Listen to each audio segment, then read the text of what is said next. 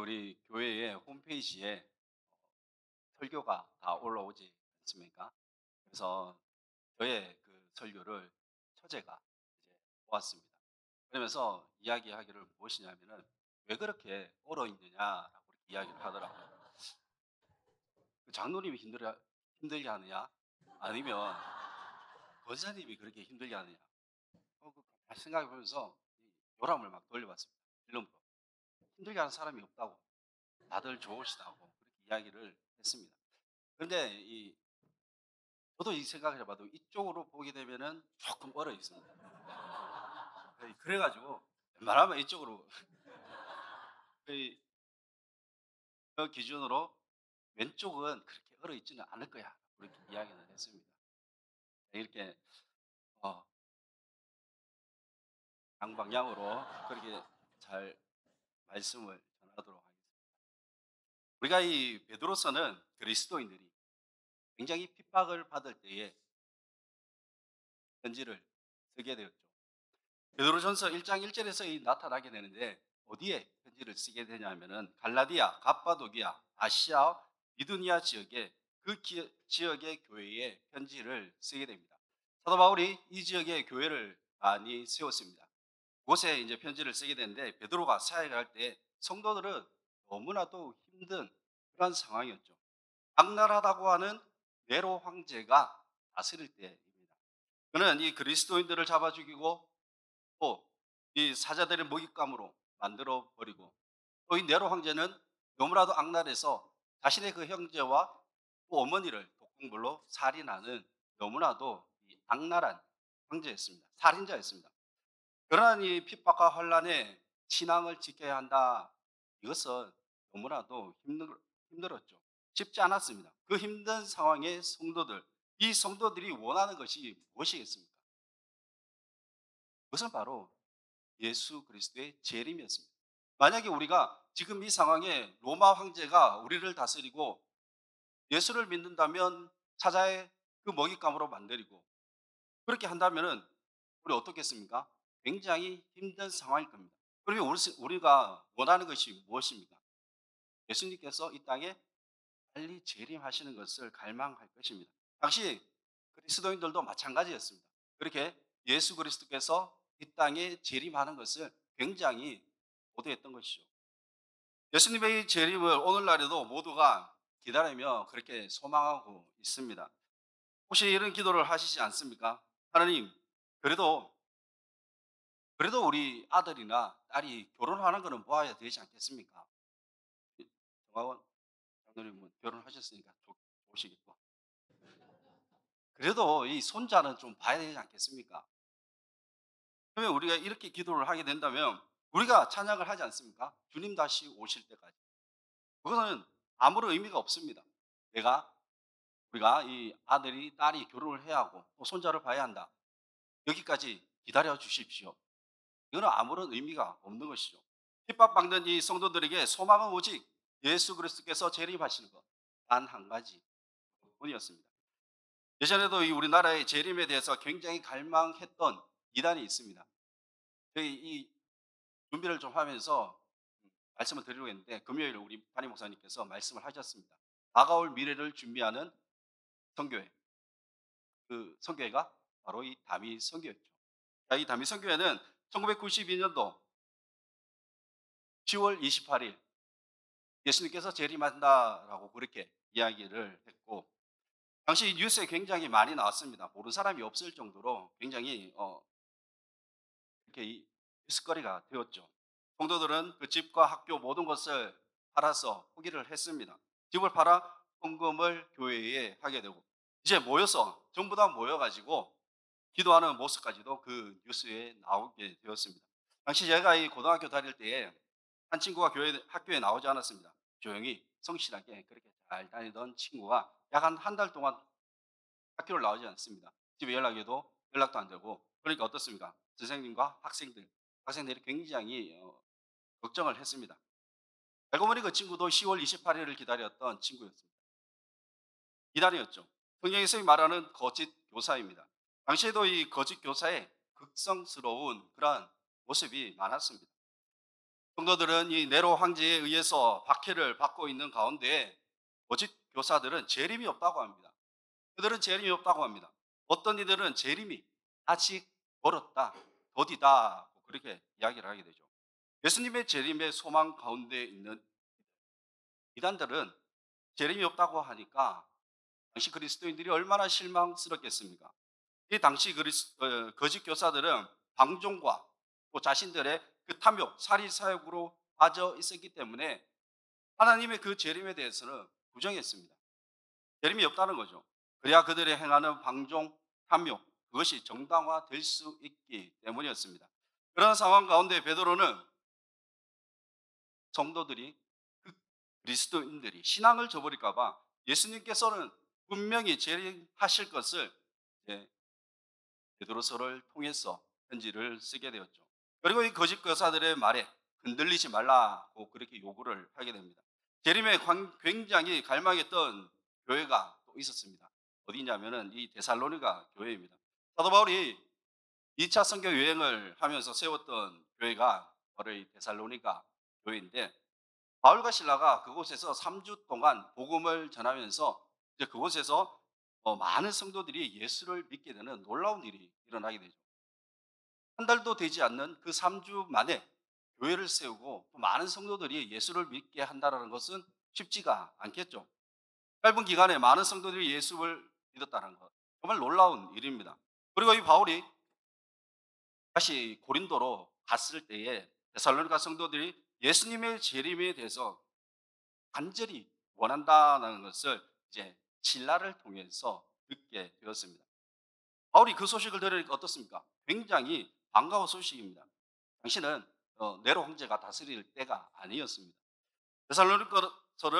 데살로니가서를 바로 이 기쁨의 서신이라고 그렇게 말하는데 바울은 이 데살로니가 그 성도들에게 편지를 하게 되죠. 재림을 소망하는 재림을 기다리는 데살로니가 교회의 성도들에게 이렇게 편지를 하게 됩니다. 그 가운데 우리가 잘 알고 있는 데살로니가 전서 5장 16절에서 18절까지 말씀을 한번 보겠습니다. 5장 16절을 제가 한번 읽어 보겠습니다. 항상 기뻐하라 쉬지 말고 기도하라 범사에 감사하라 이것이 그리스도 예수 안에서 너희를 향하신 하나님의 뜻이니라라고 그렇게 편지를 쓰게 되죠. 베드로는 거짓 교사들에게 흔들리고 있는 성도들에게 이렇게 또 편지를 하게 됩니다. 우리가 8절 말씀을 한번 보겠습니다.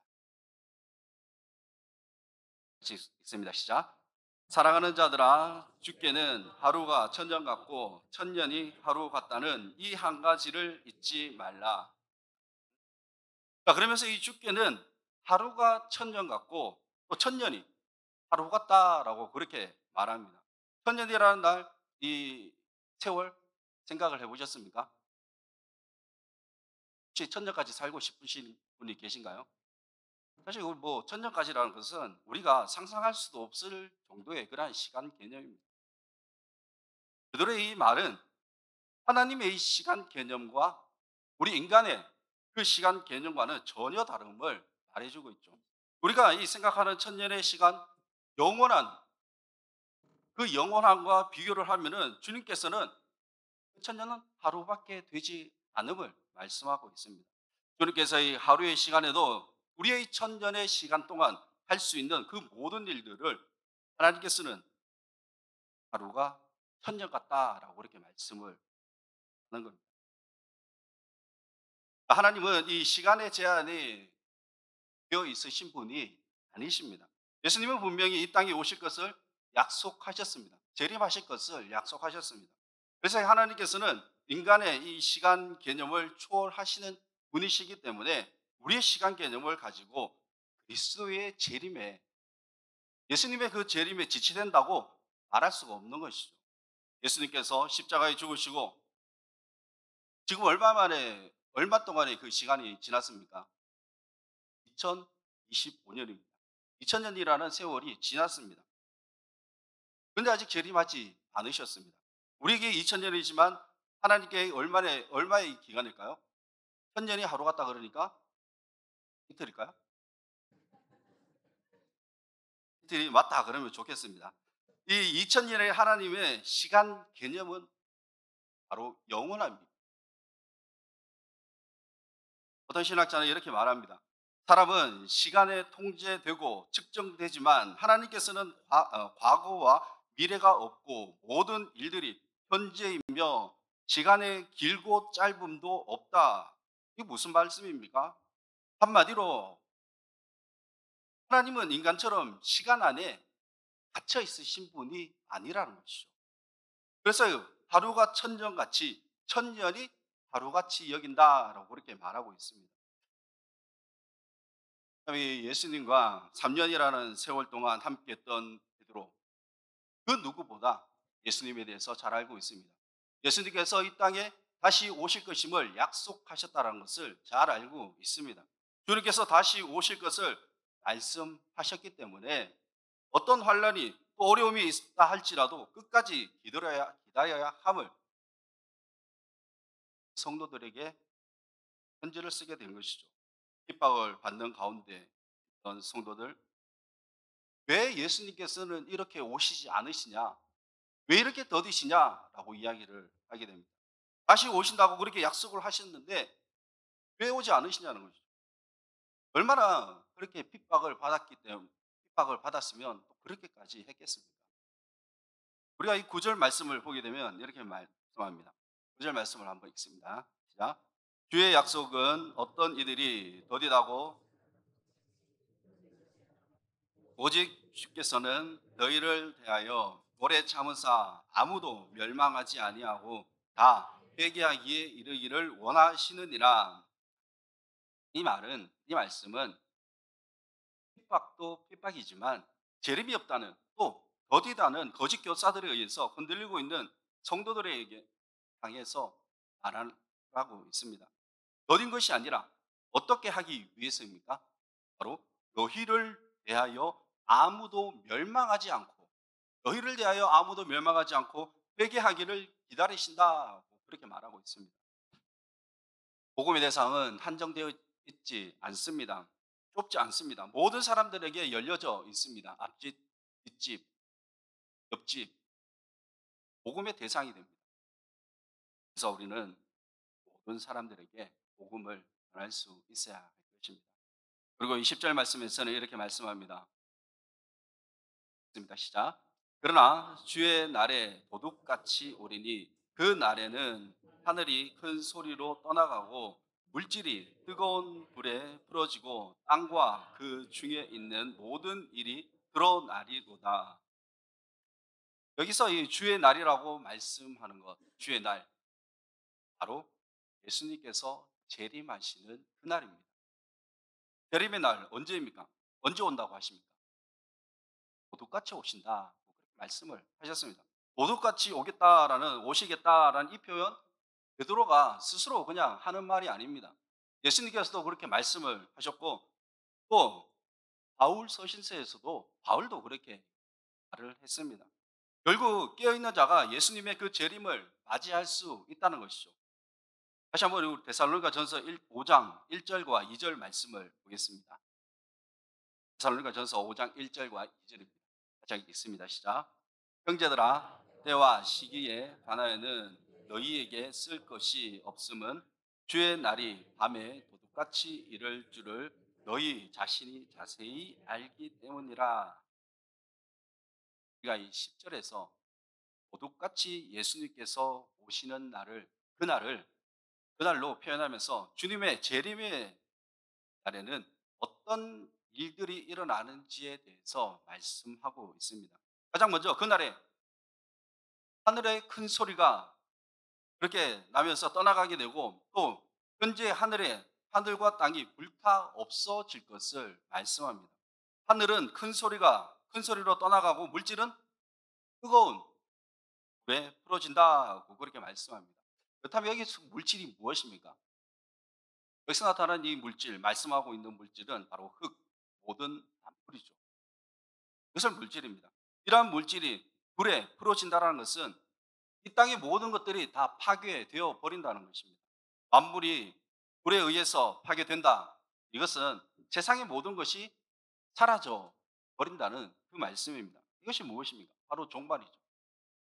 종말은 예수님의 재림과 동시에 이 땅에 재앙이며 또 말씀에서 뜨거운 불에 풀어지고 땅과 그 중에 있는 모든 일, 인류가 이루어냈던, 지금까지 이루어낸 모든 것들이 사라져 버리게 된다는 것을 말해주고 있습니다.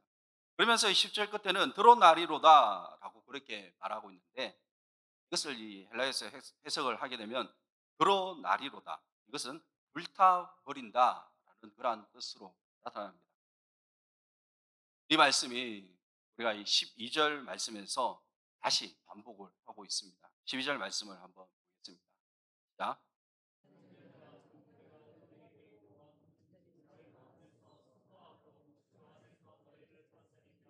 원하는 자들을 너희에게 알고.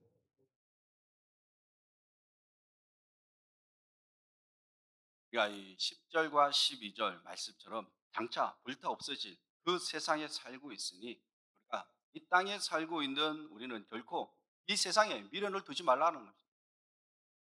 서는 안 됨을 말씀하고 있죠. 세상에 미련을 두다가 망한 사람, 베드로도 창세기 19장에 나타난 그 소돔과 고모라에 대해서 언급했습니다. 소돔과 고모라가 성이 멸망할 때 그 롯의 아내가 어땠습니까? 세상에 미련을 두고 이를 돌아보면서 소금 기둥이 되어 버렸지 않습니까? 인간이 쌓고 있는 화려한 이 기술의 문명, 기술 문명, 결국에는 모든 것들이 다 사라져 버리게 됩니다. 인간은 스스로를 최고로 여기는 그러한 교만이 있어서 스스로 바벨탑을 쌓아 나가려고 합니다. 그러나 바벨탑처럼 완전히 모든 것들은 무너져 버립니다. 결국에는 무너져 버린다는 것이죠. 이 땅은 영원할 수가 없습니다. 그래서 상상을 초월하는 하나님의 심판의 날이 반드시 닥칩니다. 이 날을 위해서 우리가 해야 할 일은 예수 그리스도, 주님을 맞을 준비를 하는 것. 이것이 바로 우리 그리스도인입니다. 우리가 해야 할 일입니다. 그렇다고 우리가 구원받았다는 그러한 생각으로, 그런 안이한 생각으로 가만히 있어서는 안 되죠. 말씀을 따라야 하는 것이 바로 우리의 삶입니다. 그래서 이 재림을 앞둔 성도들이 어떠한 자세로 살아가야 하는가에 대해서 11절에서 가르쳐 주고 있습니다. 우리가 11절 한번 말씀을 보겠습니다. 읽습니다. 시작. 피차 분면하고 서로 덕을 세우기를 너희가 하는 것 같이 하라. 자, 이것이 바로 베드로가 재림의 날에 다가오기 전에 우리들이 살아야 할 삶의 지시를, 우리는 이 마지막 때에 더욱더 주님의 그 재림의 날을 간절히 사모하며 살아가야 합니다. 마지막 때를 살아가고 있는 우리, 힘과 권력과 우리가 물질을 연연하며 그렇게 살아가는 것이 아니라, 지금 살아가고 있는 이 마지막 때에 주님의 재림의 날을 우리가 간절히 사모하면서 살아가시기를 소망합니다. 그러나 우리는 어떠한 삶을 살아가고 있습니까? 우리의 연약한 믿음과 재성으로 인해서 이런 세상의 유혹이 찾아올 때 그것을 쉽게 이겨내지 못하고 우리의 그 악한 습성으로 인해서 사탄의 그 유혹에 넘어질 때가 많이 있죠. 그럼에도 불구하고 우리는 믿음의 눈을 떠서 다시 한번 우리를 구원하신 예수 그리스도의 그 십자가를 바라보면서 살아가야 할 것입니다. 그래서 우리의 최종 목적지인 바로 그 새 하늘과 새 땅인 천국을 우리가 사모하며 살아가야 할 것입니다. 그 새 하늘과 새 땅에 바라보는 것이 13절에 말씀하고 있습니다. 13절 한번 읽어보겠습니다. 제가 읽어보겠습니다. 우리는 그의 약속대로 의가 있는 곳인 새 하늘과 새 땅을 바라보다. 성도가 죽어서 최종적으로 살게 될 곳이 어디입니까? 그곳이 새 하늘과 새 땅이다라고 이렇게 말씀을 하고 있죠. 자, 그러면 이 새 하늘과 새 땅을 한자로 하면 어떻게 될까요? 신천, 제가 신천지라고 안 했습니다. 신천지 맞습니다. 이 말을 신천지가 정말 이 이단이 사용하고 있습니다. 굉장히 좋은 말을 이 신천지가 사용하고 있는 거죠. 이게 새 하늘과 새 땅입니다. 현재 우리가 살고 있는 세상은 죄인들의 사는 죄악된 일들이 한 곳입니다. 그러나 장차 오는 천국은 죄가 없고 의인들만 거하는 곳입니다. 그것은 죄와 더러움과 저주와 허무함이 없는 완전히 새로운 세계, 새하늘과 새 땅. 바로 새하늘과 새 땅 보시죠? 한자로 신천, 신천지라고 합니다. 그러면 이 계시록 21장 1절 말씀을 한번 보겠습니다. 있습니다. 시작. 또 내가 새 하늘과 새 땅을 보니 처음 하늘과 처음 땅이 없어졌고 바다도 다시 있지 않더라. 앞으로 멸망하게 될 세상에서 우리는 어떻게 살아가야 할 것인가? 그것을 2000년 전 보가 우리에게 가르쳐 주습니다. 장차 멸망할 이 세상에 속한 자들처럼 그렇게 살아가지 말고 거룩한 행실과 경건함으로 하나님을 바라보며 살기를 원하고 있습니다. 그것을 가르쳐 주고 있습니다. 많은 사람들이 주님의 재림의 시기에 관심을 두고 있고 또 궁금해하고 있습니다. 그러나 주를 믿는 우리 성도들은 그 주님의 재림의 그 시기가 아니라 그 시간이 아닌 재림을 믿는 것입니다. 언제인가 그것이 중요한 것이 아닙니다. 우리에게 중요한 것은 주님의 재림을 소망하며 재림을 믿는 것입니다. 그것이 중요한 겁니다. 그래서 우리의 삶은 주님 앞에 어떻게 서 있는가, 어떻게 살아갔냐, 주님의 재림이 오늘이든 아니면 천년 이후든 그것은 중요하지 않습니다. 반드시 재림하신다는 것을 믿는 것입니다. 날마다 주님의 재림을 우리가 소망하며 그렇게 살아가시기를 바랍니다. 죄악이 가득 찬 이 세상에서 우리 자신을 날마다 죄악과 분리시키고 또 하나님 앞에 거룩한 삶을 살아갈 수 있는 모두가 되시기를 주님의 이름으로 축원합니다. 기도하겠습니다. 걸어가신 하나님 아버지 은혜를 감사합니다. 우리를 죄에서 구원하시고 또 십자가에 피를 흘리시며 또 부활하신 주님, 이 땅에 다시 오실 것임을 약속하셨습니다. 죄악된 세상에 우리가 소망을 두며 살아가는 것이 아니라 오직 다시 오실 예수 그리스도에 소망하며 살아갈 수 있게 하여 주시옵소서. 마지막 때를 우리가 살아가고 있습니다. 주님의 그 재림의 시기를 두는 것이 아니라 주님께서 오신다라는 그 믿음을 가지며 살아갈 수 있게 하여 주시옵소서. 다시 오실 주님을 기대하며 또한 말씀에 순종하며 살아갈 수 있는 모두가 되게 하여 주시옵소서. 또한 포함되어의 삶을 살아갈 수 있는 모든 성도들이 되게 하여 주시옵소서. 감사드리며 예수님 이름으로 기도드리옵나이다.